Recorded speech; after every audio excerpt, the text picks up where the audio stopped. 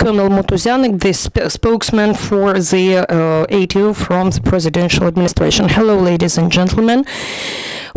Here is the events happened in the sector of the anti-terrorist operation. The illegal militants got active in Luhansk sector.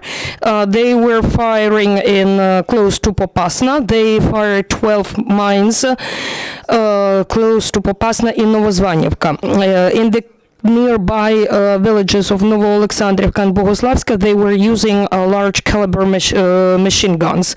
Yesterday they were using the firearms and they were firing towards the inhabitants of the Lobachevo Stanichno-Luhansk region village. In Donetsk sector they are using the mortars. Right after the midnight, the mortars were used against ATO forces close to Nevelske. The illegal militants were also using cannons, and it was found out that the artillery battery deployed in Donetsk were used. Also, the mortars were used close to Putilivska or Butovka mine. And in the rest of Donetsk sector, no heavy armaments were used.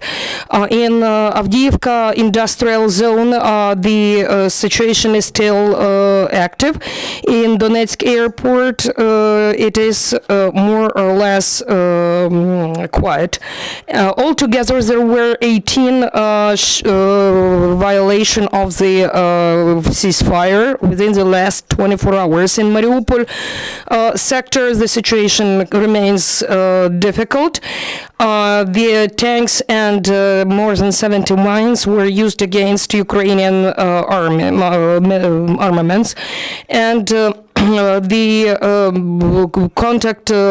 fire contact for longer than 2 hours were held, and the armaments forbidden by Minsk agreements were used during midnight.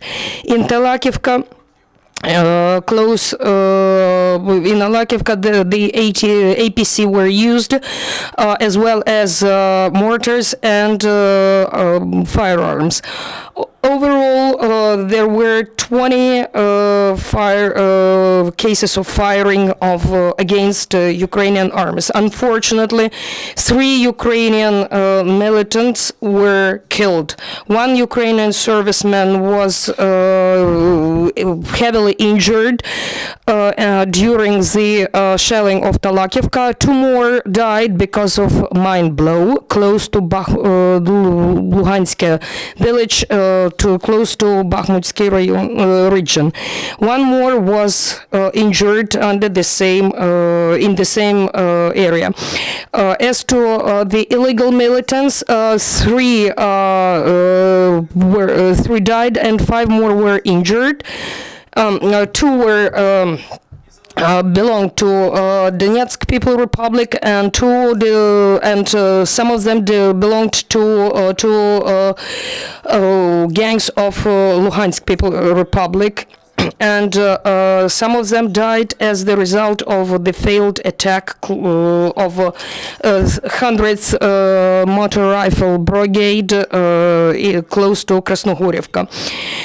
And according to military intelligence, the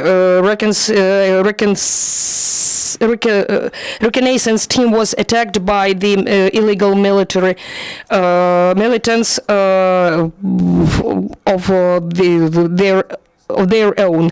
As the result, the ammunition, body armors, and food were stolen. And the open door day was held in the Center of Radiation, Chemical, and Biological Protection. And for the Ukrainian servicemen were telling young people about the military contracts and the benefits and advantages of service under the contract. Entertainers of the National Guard of Ukraine performed for the veterans of the Second World War the Chernobyl accident liquidator in Slovyansk and Kostantinivka.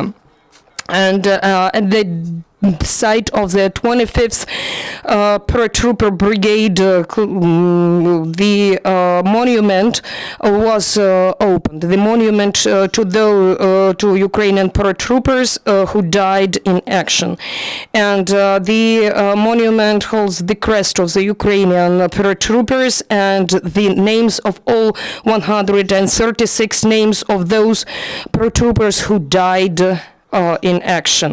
And also Colonel Zinchenko, the head of the brigade, gave the decorations to the members of the families of those paratroopers and pilots who died at night of 13th, 14th of June 2014 because of downing of the plane close to Luhansk. And the President of Ukraine also decorated the servicemen from the National Guard who participated at the fight close to Semenivka, which is close to Slovyansk.